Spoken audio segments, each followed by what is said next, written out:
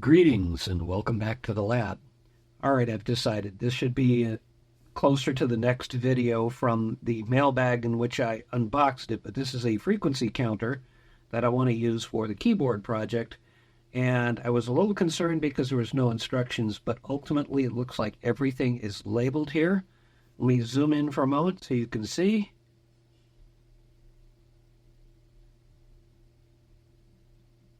Okay. That should give you a good idea. So, and I also, there's some holes here I just noticed. I could use those. I could put some standoffs underneath those and have it kind of sitting up off the table or whatever surface, and so I don't have to worry about scratching things up with all of the pins that are going to be sticking out of here. So there were a couple of other things. They did provide a power connector, and it says 5 to 9 volts, but I don't know that I have that specific barrel, so I'm going to have to go digging for that at the end of the video, and I'm going to have to figure out there is what looks to be a momentary switch that goes right down here, and there's no instructions, so I don't know when I push it what it's going to do, so there's going to be some discovery. So maybe what there'll be here is two parts. One, I'm going to build the thing, so if you want to see the building of it, that's what we're doing now. And then after that, I'll have to get it plugged in and tested and figured out. So I think that'll be a part 2 of this video. But I wanted to get it built before I end up losing some of these parts because they're just loose right now. So let's get to it. We're going to start with, I think the resistors are the obvious thing to start with. I'm going to move everything else off to the side. There's some diodes in here and some stuff I'm going to have to look at with a magnifying glass. Even if you have good vision, some of these, like this diode here, even if I put this up against the side camera here, I doubt you're going to be able to find anything. Let me get it to refocus. Yeah, let's put it up there. There's just no way. So I'm going to have to...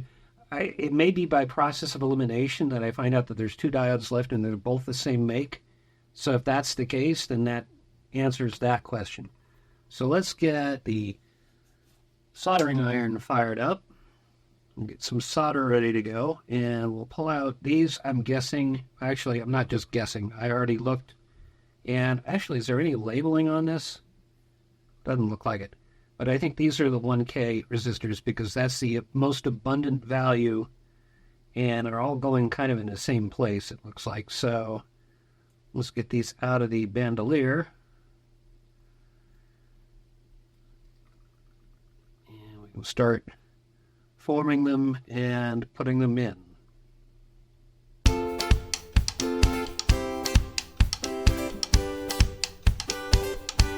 I would guess the reason these are all the same value is because they're actually going for the display, which is these components here, and you want to keep all of the LEDs in this display about the same brightness. So if I really wanted to make it brighter, I could probably swap these out for a lower value, but I don't want to mess with the circuitry. I just want to get it built. I probably could have bought this pre-made, but why? It's more fun with electronics, right?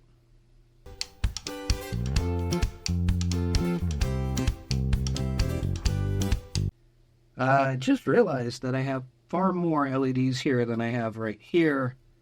Not LEDs, sorry, resistors. And these are all labeled 1K, and I only find one other 1K on the board so far. So let's get the magnifying glass and be sure that these are all actually 1K, that they didn't put, say, some 10Ks on the same bandolier. That would be highly unusual. And so far, that's not the case. So I might have just ended up with some extra 1K resistors. Sometimes that happens, even in the kits that I've made. I'll provide a couple of extra resistors just so that if something goes wrong, you've got a couple of spares and you're not scrambling to find. If you don't have a lab set up like I do, where you've got a lot of extra parts and you're just building the kit to build you're only buying the kit just to do one thing, you don't necessarily have spare parts, so that's why I provide them. In best case scenario, you build it, you didn't need them, now you got some extras. Okay, looks like those are all 1Ks. We put these up here for a minute. Flip this over and get it all soldered.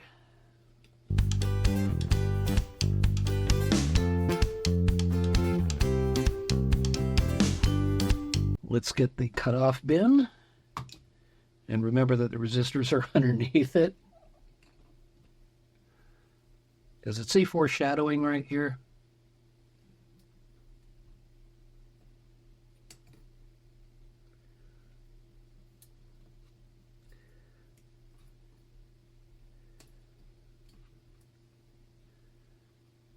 I'm not cutting them. That one doesn't want to come up. Ah. All right. There we go. It was just, it's the glue that was on the bandolier.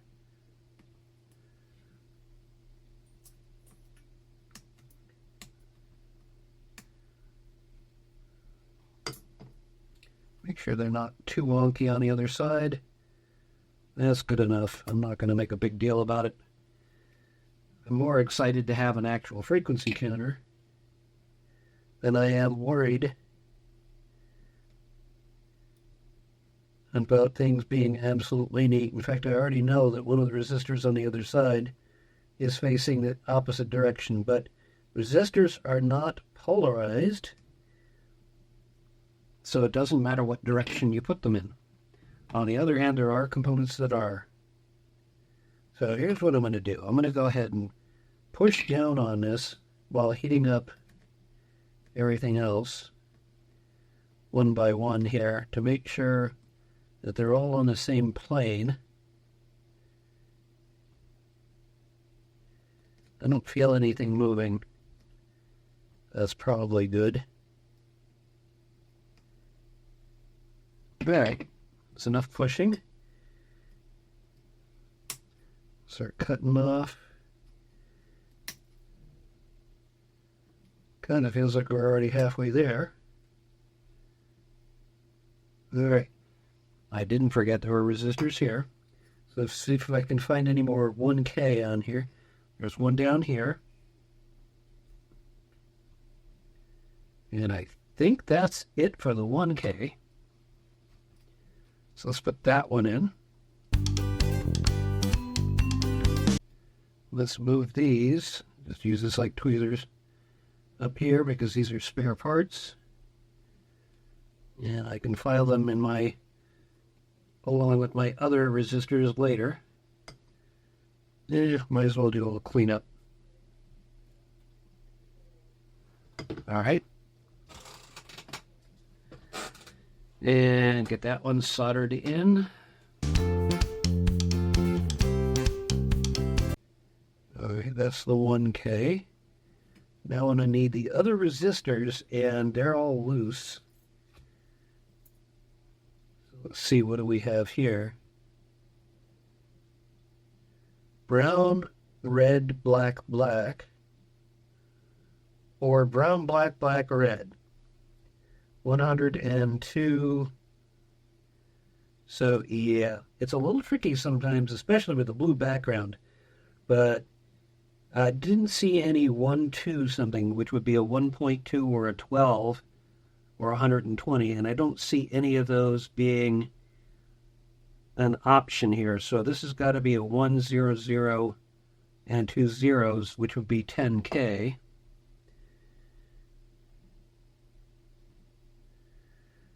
And that's what we've got right here.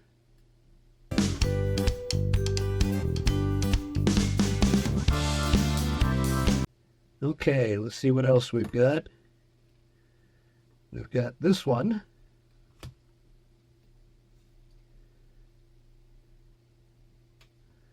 One 00 and 2 zeros. Is there another 10K here? Yes, there is.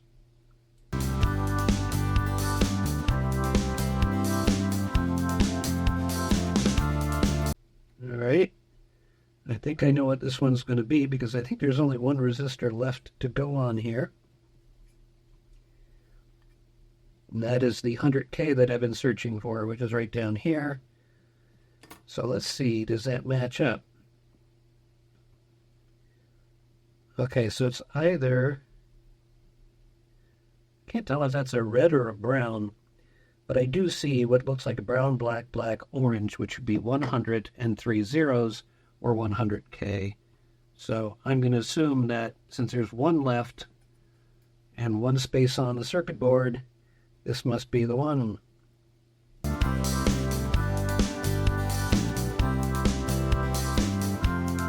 think what I'm going to do is go after the diodes next. The only thing is I see that I've got, oh, okay. That works out nicely. This is 4148 by 3, and then there's another one down here. So if I've got 4 diodes, they're probably all 4148s. The diodes are these almost kind of glass-like looking ones. And let's see if I can find 2 more. Yeah, it looks like that's what this is going to be, because I don't see any other diodes on the circuit board.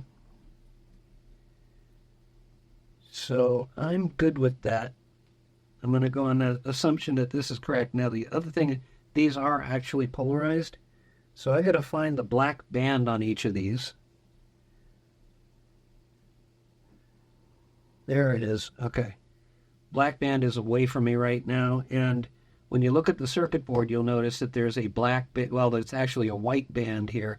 But that tells you the polarity that you need to put it in.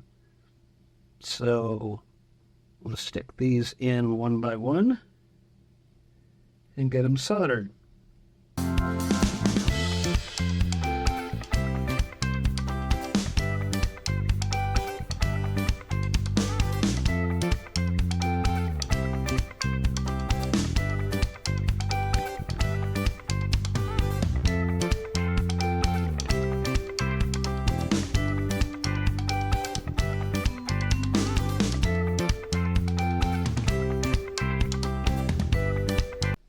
All right, that's the diodes done.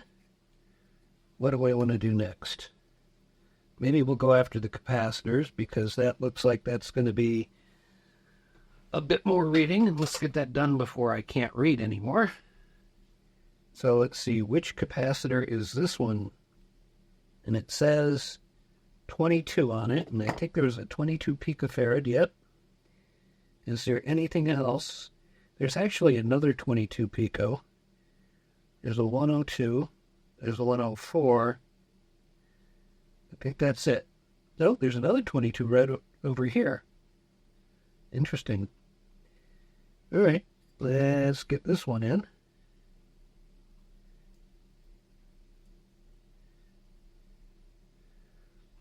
Now, these type of capacitors are not polarized, but you do want to be a bit careful with them. So in other words, it doesn't matter what direction they go in. There is a type of capacitor, an electrolytic capacitor, which is polarized. Those are the ones that you see typically in a can form. Look kind of like this, but this is not that kind of capacitor. And let's get this snipped off. Now I gotta be careful not to put too much pressure on the board, otherwise I end up bending over the capacitors. I can remember when I was a kid, I would take apart like old radios or something like that, and I'd see the capacitors in there, and I'm like, ooh, does it hurt if I bend the capacitor? Will that change the performance of the radio? And for the most part, the answer to that would have been no. But,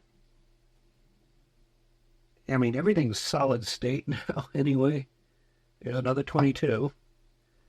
Put that one in. So, moral of the story is it might not affect it, but it also might. The reason it might would be, has to do with radio frequency waves and just sort of the position of the capacitor. But the capacitors in there are more for a different function than some of them are there for tuning. And those are the ones you'd have to be really careful with. And so if you don't know what you're working with, then you probably don't want to mess with it.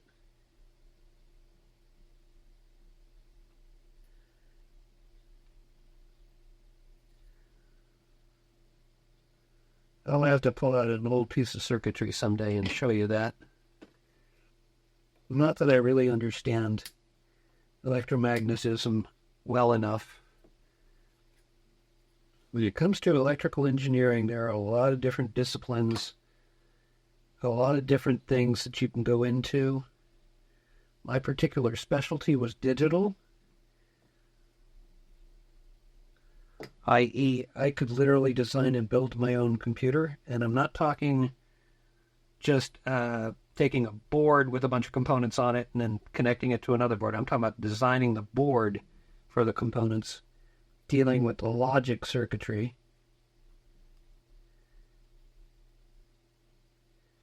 There's another 22, and that's what I'm putting in. That one doesn't want to stay very well. I don't want to force it too much.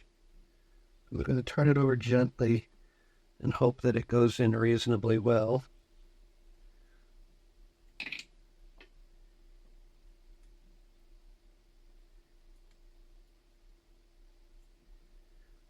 I wonder if pile of stuff has already done one of these. Okay. While I'm in the edit bay, that's the reminder to myself to go look it up and put an answer on the screen and probably link down below in the description so you can see how he put it together, or I can see if I find anybody else. So I'm probably not the first one to build one of these, but I have a specific purpose in mind. That's why I bought it, and I want to get it built, and I might as well make a video out of it.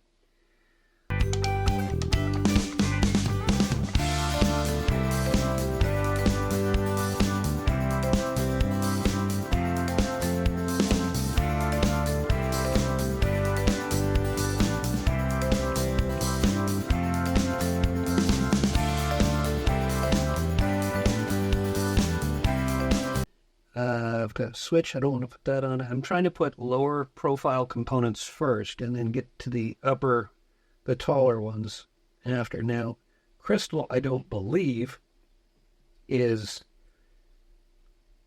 polarized. That's this funny metal can kind of reminds me of you flipped it over a feed trough.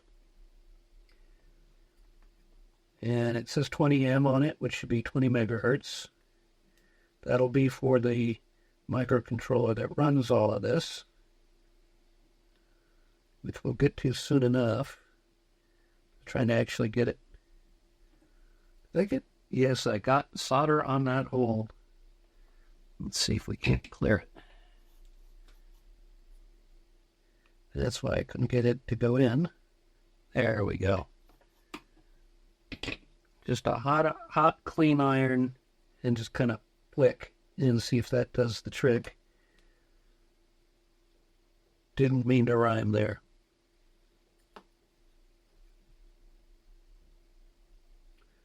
All right, let's see. Yep, there it's sitting.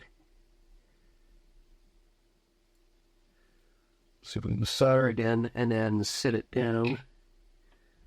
For that, I'm going to do the one that already had solder on it. I'm going to push it back down quickly so it sits. That'll lock it into place, and then I can get the other lead. There we go. 120 megahertz crystal installed.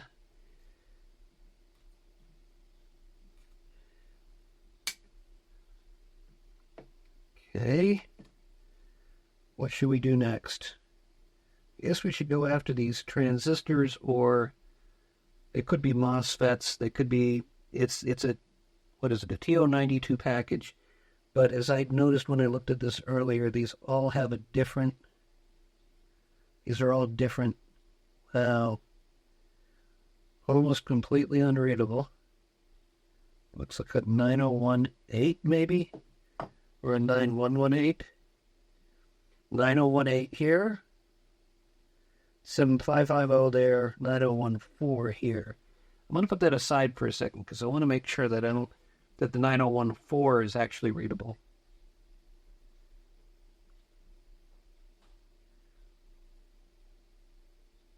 That's the 7550. So by process of elimination, this should be the 9014. You know, flip it over. It'll be on the flat side, the markings. There's the 9014. All right, let's put that one in since that's what I'm holding. And these are definitely polarized. And if you look at the symbol on the circuit board, you see there's a round side and a flat side. That corresponds with the actual device. But also the pin spacing is not exactly the same on this circuit board as the actual device. So you've got to kind of stretch it out. It's almost like you just got to bend the outer pins out just a little bit so you can get them to go in the circuit board. See if that got me closer.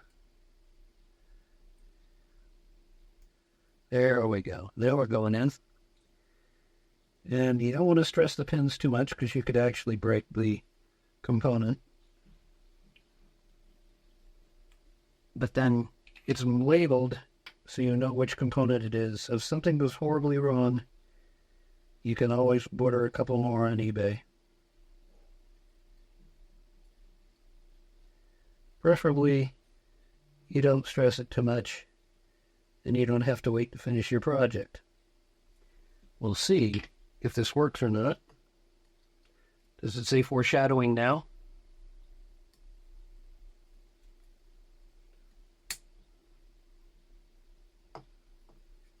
Okay, I think this was the 9018.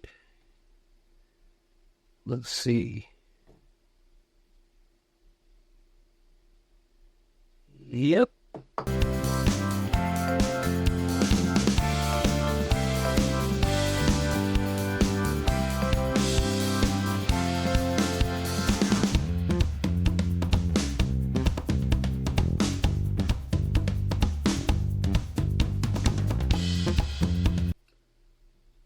Might be able to, it's occurring to me that I might be able to rig something up for power just to confirm that this actually comes on. So I might do that. Let's see now, what do we have left? We've got a header, we've got a switch, we've got a variable capacitor. So let's put that puppy on. Now that has just the 2 pins. Oh, there's a flat side. So let's put that in with the flat side matching up on the circuit board. Let's actually do one other thing. I haven't used this technique yet in this build, but I'm going to use a piece of tape to hold it on so it doesn't fall out while I'm flipping it over to solder it. So let's get that in here. Again, get a piece of tape, which I just keep handy. Just stick it on. It doesn't really have to be pretty. And then be able to get at least one of the 2 pins soldered. That'll hold it on mechanically, so I can pull off the tape and see how well this is sitting on the board, which is not very well, but not the worst thing in the world either. Let's give that a little heat. Hold it down. Boom. That takes care of that. Let's get the other soldered in. Good enough. Ooh, we're down to the last couple of things here. Oh, I got to put all of these on. I've got to put...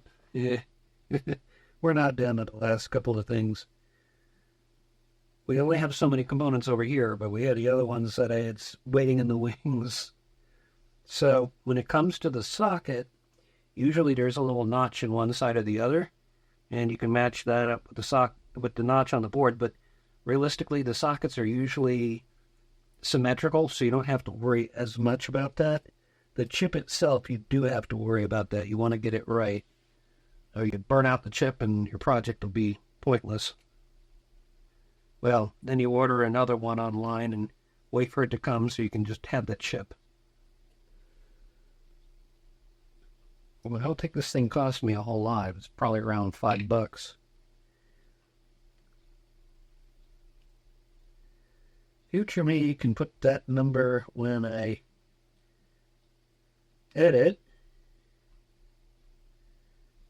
Let's make sure these are actually sitting down properly. It is not. I'm going to pull a tape. Don't want to do too many pins at once, because then you're going to have a problem sitting it back down. I want it good and flat. Not electrically critical, but just looks better.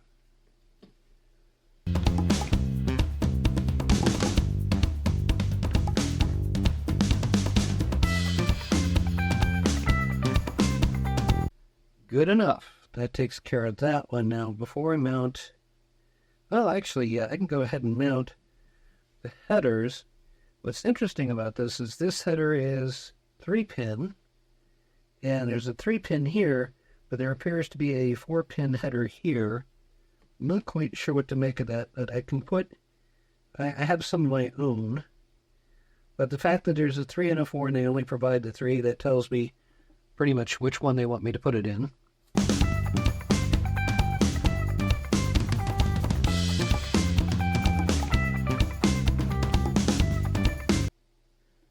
Wow, that's wonky. Okay. We'll let it cool for a minute. And we'll come back to that. Let's try not to forget.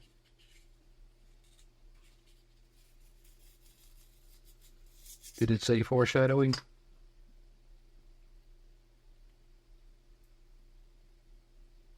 All the things that could go wrong. Are you having a Murphy's Law day?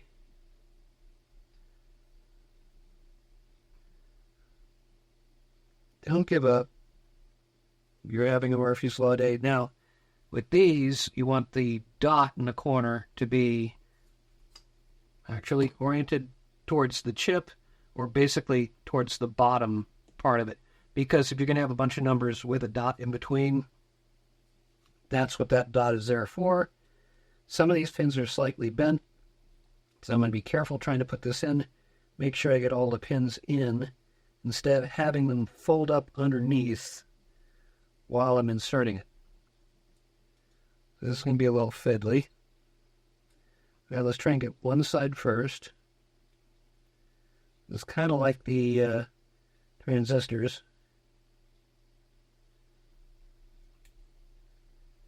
Alright, we can probably fast forward through a whole bunch of this. I'm going to try and get these on and soldered, and we'll come back at that point.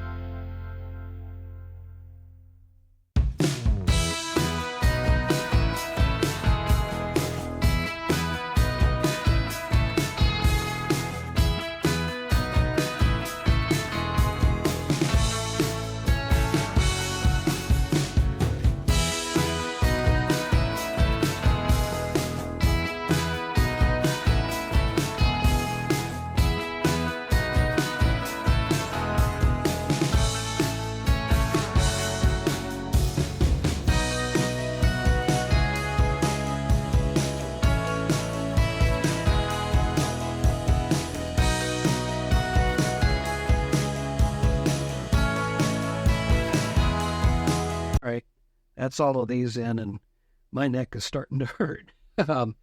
It's been nearly an hour in real time. But let's get the switch on here. Actually, let's get the power connector on first. And always solder to the back of the board if I want to put some other power connection or go directly on. Let's use the tape trick. You know, I haven't actually gone looking for blue tack, but that's what a lot of the other YouTubers use. I just have to have some electrical tape around, and it kind of works, and then after a while you have to throw out some of it.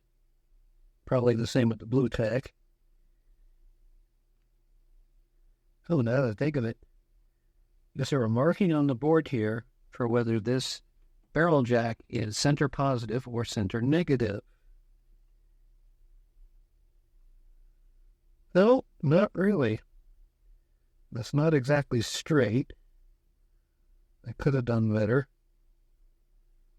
And I'm going to try to do better. Going to get all on the warm side. Oh, that reminds me.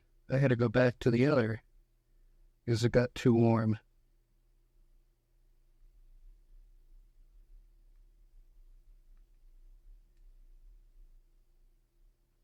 That should help a little bit.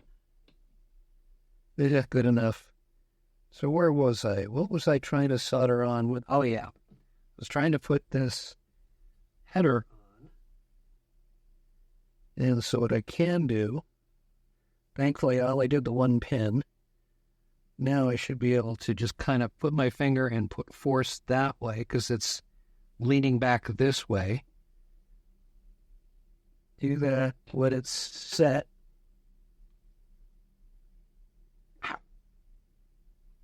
It's even worse now.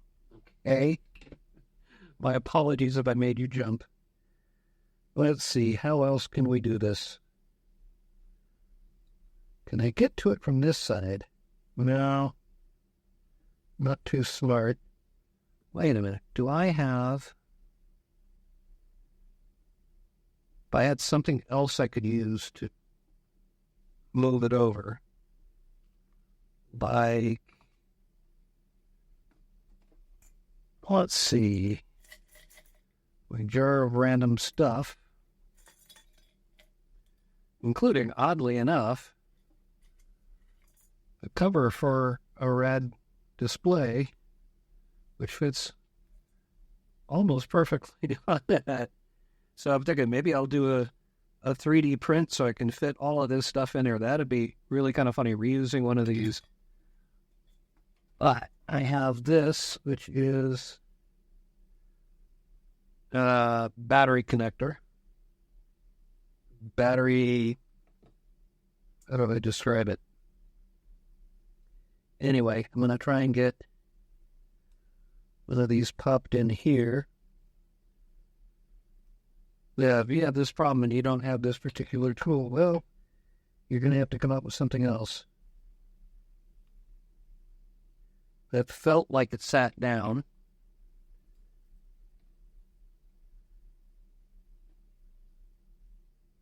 Not exactly. But maybe I can give it one more shot without holding that particular... This may be the key. Getting my finger in there, but not on the one that I'm soldering. Oh yeah, I felt it move. Yeah, went a little too far, but that's a lot better. I'll take it. Oh, I won't. I'm going to do it again. I'm going to risk it. Okay, that looks pretty good. So, I mean, for the record, folks, if you're not familiar, soldering irons get hot.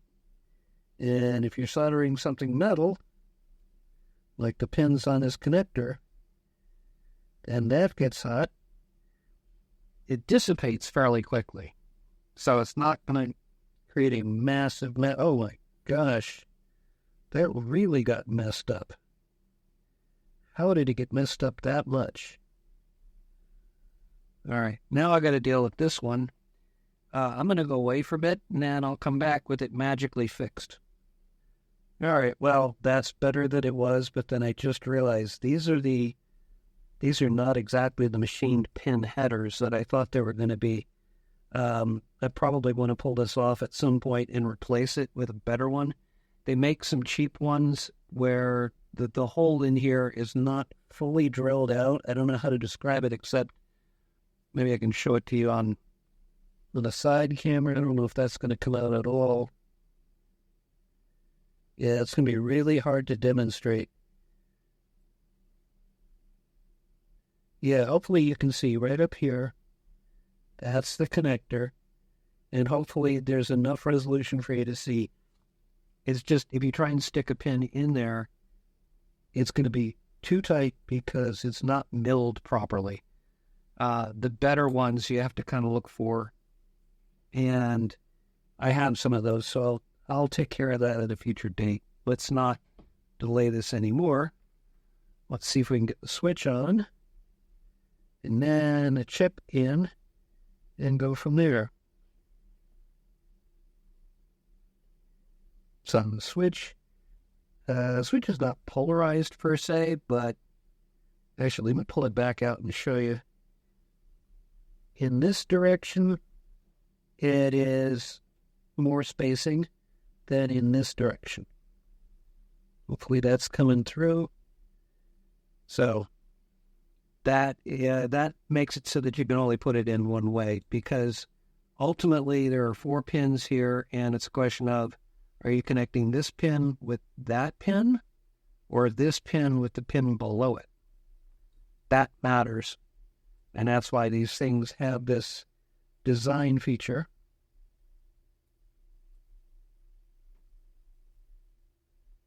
Here we go. We're on the board.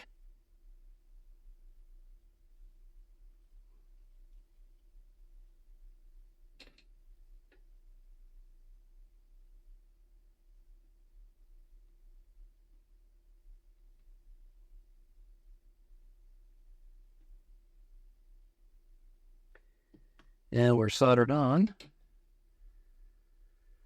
It's all the components except for the chip itself. Now, for the chip itself, there's going to be a little dot in one corner, and that is pin 1. And you want to match that up with the side that had that little notch. So that's why you kind of want to get the notch right on the socket. Now, I also want to make sure these are reasonably parallel, these pins. And I want to make sure they're not away, because I want them to line up properly before I stick them in the socket. Otherwise, I run the risk of pushing down and bending a pin under the socket, which you can pull it back out, but if you're not careful, the next thing you know, you have to buy another kit to get the pre-programmed chip.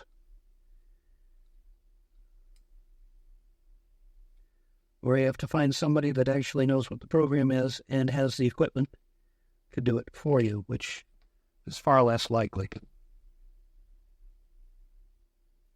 Let's get the right orientation and try that again.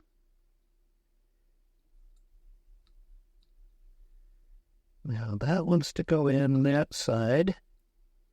No, it doesn't. Let's see. And we got this far. I'm just checking to make sure everything's going to line up before I push down. I really don't want to have to deal with that. Wait a minute. It's wider than the socket. Okay. So the trick to that is to try and bend all the pins on one side at the same time. Going to roll it a little bit. Do the same on the other side.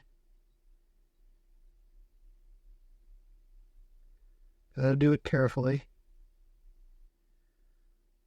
Theoretically, I should probably be wearing an anti-static strap too. Keep from burning the chip out that way.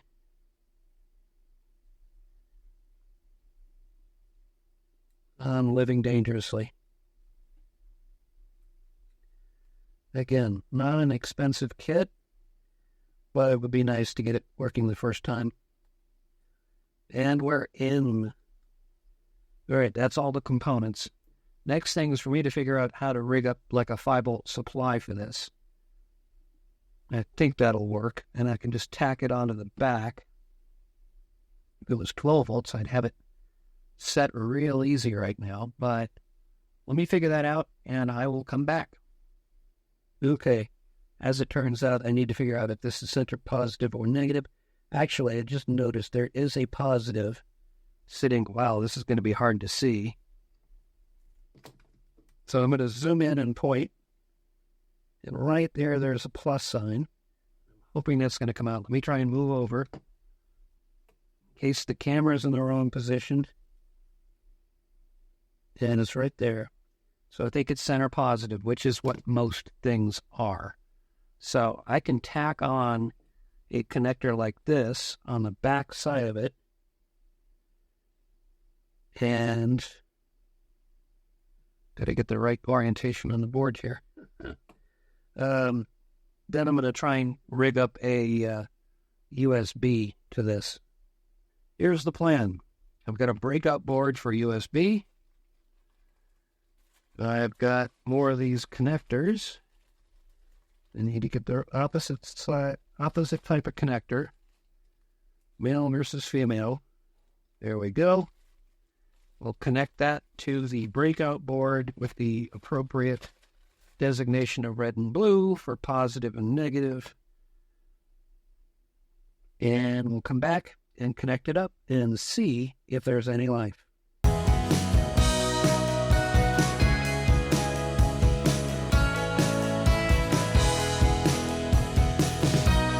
All right, we're connected.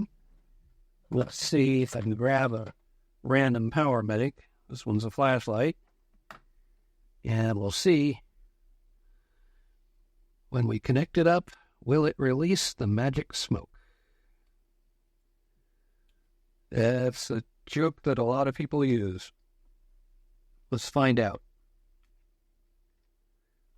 We've got power. Oh. Now that was interesting. It jumped over. Now I can push the button so I can figure some things out.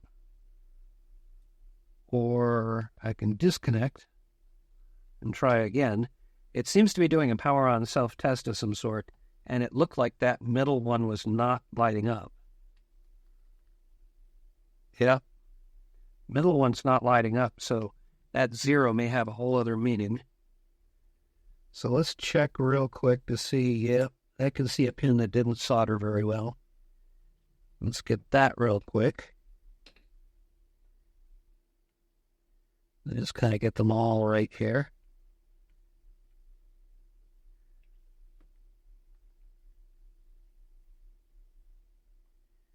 Run over them again. There's a little bit of extra stuff there. I don't want to have a bridge. All right, let's try that again. Still nothing. Okay. There could be other reasons for this. A lot of these resistors connect up to there. So let's see if I missed something there. Potentially, yes. Move that aside so I don't burn it. Let's just run over these real quick.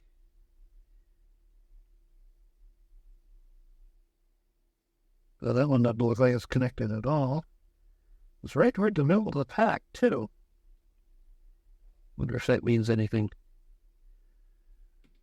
I could be completely wrong. Could be, I think there were 8 resistors. 1, 2, 3, 4, 5, 6, 7, 8. Yeah. There's 8 of them, but there's 7 segments. Actually, there's 7 segments plus the dot. So I don't think that's it. Still not getting anything in the middle. Let's run over those again.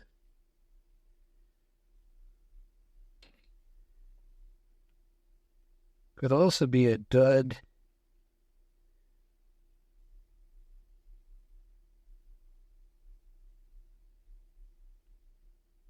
Could be the display itself is a dud.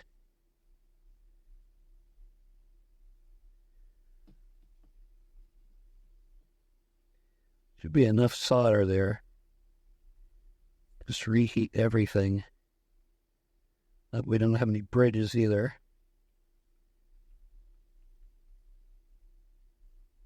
Okay. Take 41. Still nothing. All right, well, I think what I'm going to do is go ahead and end the episode here. I got to do some research and figure out that might not be a problem. It might be that that's actually how it's supposed to work. So I'm going to see if anybody else has built one of these and see what their results were. See, that just shut off for some reason. So I will see what I can find out. I'm sorry to sort of end it like that, but I did say that I was just going to build it on this episode, and on the next episode, we'll actually run it through its paces. I'll try to find a better power supply. I'll try and figure out what the switch does, and that'll conclude this, and then we can put it to use. Thank you so much for watching.